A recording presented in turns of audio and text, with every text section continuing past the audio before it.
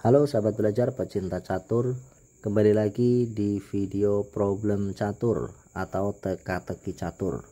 Di video kali ini kita akan membahas problem 3 langkah sekakmat, di mana problem ini sudah ditayangkan di video sebelumnya namun belum dibahas untuk solusinya.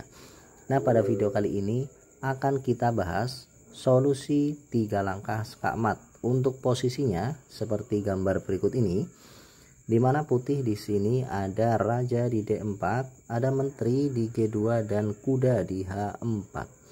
Sementara hitam di sini ada raja di F4 dan ada 2 pion.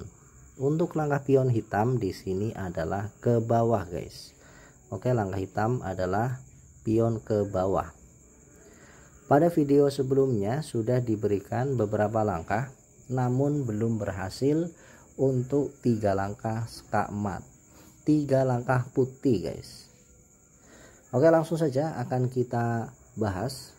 Namun sebelumnya mungkin sahabat belajar ingin mencobanya terlebih dahulu, silakan bisa di pause video ini dan temukan 3 langkah skakmatnya, 3 langkah untuk putih.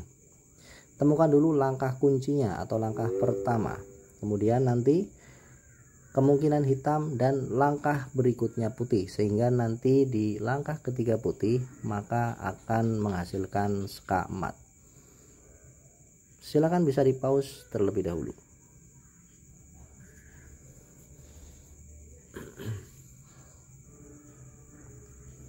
Bagaimana sahabat belajar? Apakah sudah menemukan 3 langkah skakmatnya? Oke, akan kita bahas. Mudah-mudahan yang sudah berhasil menemukan langkah kuncinya akan sama dengan pembahasan kali ini. Untuk langkah pertama atau langkah kunci di problem ini, yaitu putih harus melangkah ke G1, menteri harus ke G1. Kita lihat kenapa menteri harus ke G1. Setelah menteri ke G1, maka di sini untuk hitam hanya bisa memiliki langkah pion ke F6. Tidak ada langkah yang lain. Hitam hanya bisa pion ke F6. Setelah pion ke F6, langkah kedua, dan ini juga merupakan langkah kunci, karena jika langkah kedua salah, maka kemungkinan tidak akan menghasilkan 3 langkah skakmat. Nah, di langkah kedua adalah di sini raja putih harus ke C5. Oke, raja putih harus ke C5, guys. Kenapa harus ke C5? Kita lihat setelah raja ke C5, maka apa yang terjadi? Yang terjadi adalah di sini hitam akan memiliki 2 kemungkinan. Kemungkinannya adalah raja akan berpindah ke E4 atau raja bergeser ke E5. Hanya 2 kemungkinan ini, guys. Tidak ada kemungkinan yang lain untuk langkah hitam. Oke, sekarang kita lihat jika raja hitam ke E4. Jika raja hitam ke E4, maka langkah ketiga putih adalah menteri ke D4, guys. Oke, menteri ke D4, dan ini adalah skakmat, guys. Oke, skakmat di langkah ketiga. Ini jika raja ke E4. Kita kembalikan di posisi sebelumnya, yaitu posisi yang ini. Dimana ini adalah masih di langkah kedua putih.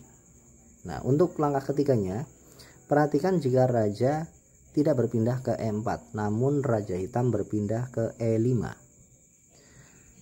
Jika raja hitam ke E5, maka skaknya adalah menteri ke kemana, guys?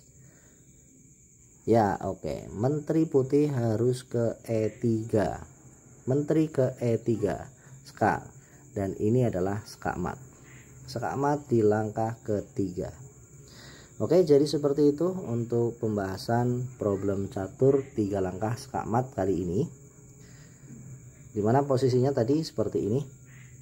Nah, silakan, mudah-mudahan bermanfaat dan bisa menjadi referensi bagi kita semuanya para pecinta catur.